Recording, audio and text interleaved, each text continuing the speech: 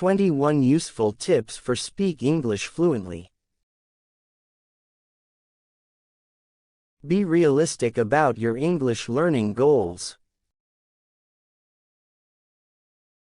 Practice English speaking whenever you get a chance. Do not be afraid of making mistakes.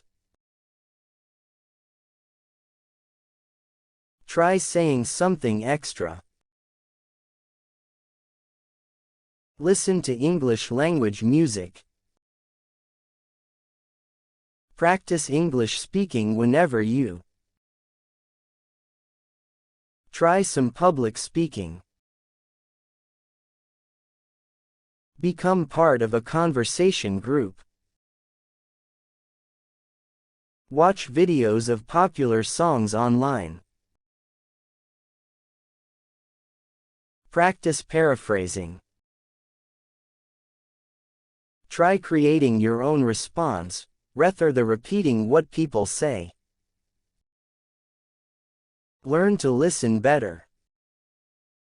Be passionate about English. Learn from your favorite personality or public speaker. Don't focus on speaking exclusively. Learn some short natural response. Make learning English fun.